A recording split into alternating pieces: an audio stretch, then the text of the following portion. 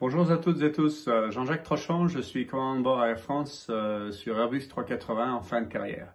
J'ai été touché par un cancer du rein en 2003 et celui-ci est devenu métastatique dans les débuts des années 2010, donc de stade 4, avec un pronostic très sombre.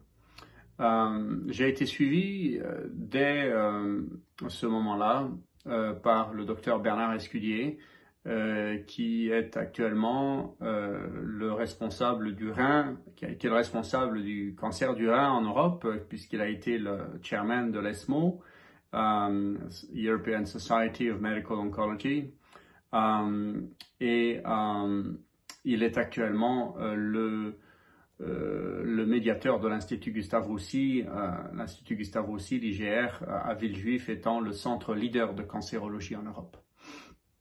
Donc, après avoir rapidement débattu des possibilités que l'on avait pour démarrer une forme de traitement, j'ai décidé, décision tout à fait personnelle, de délayer tout traitement et d'employer l'approche métabolique que j'étudie moi-même depuis de très nombreuses années.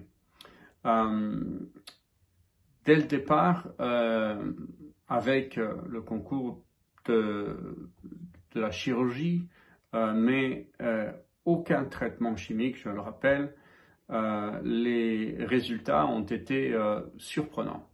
Et nous avons discuté de tout ça avec le docteur Escudier. Et dans mon coin, j'ai discuté également avec un nombre restreint de chercheurs, de médecins qui étaient en fait les leaders de ces approches métaboliques que j'ai réunies pour me soigner moi, en espérant que ça puisse servir au plus grand nombre.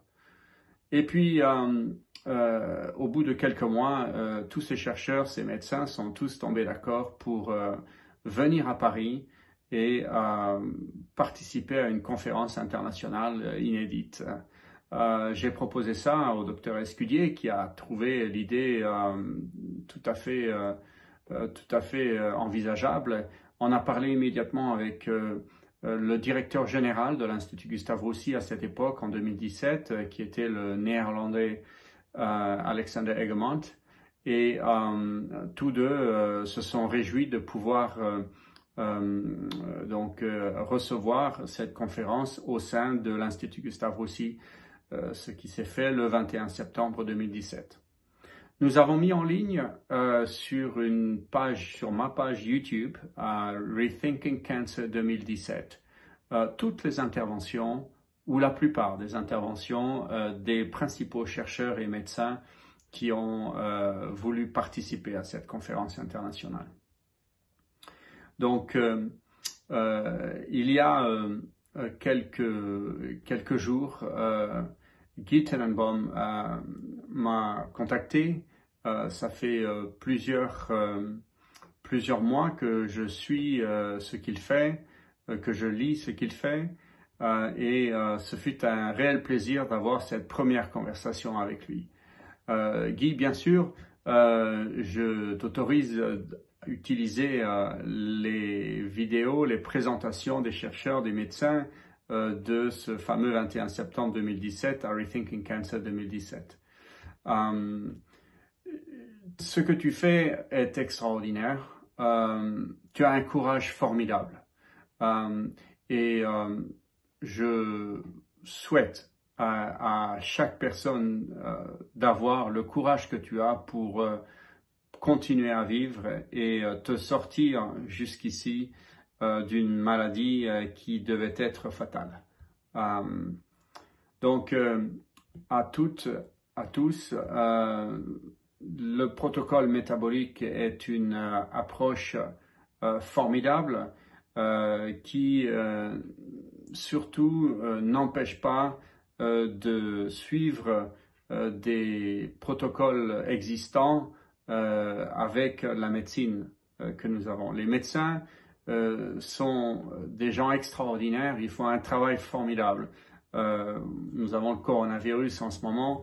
Vous pouvez tous voir le professionnalisme de ces gens-là.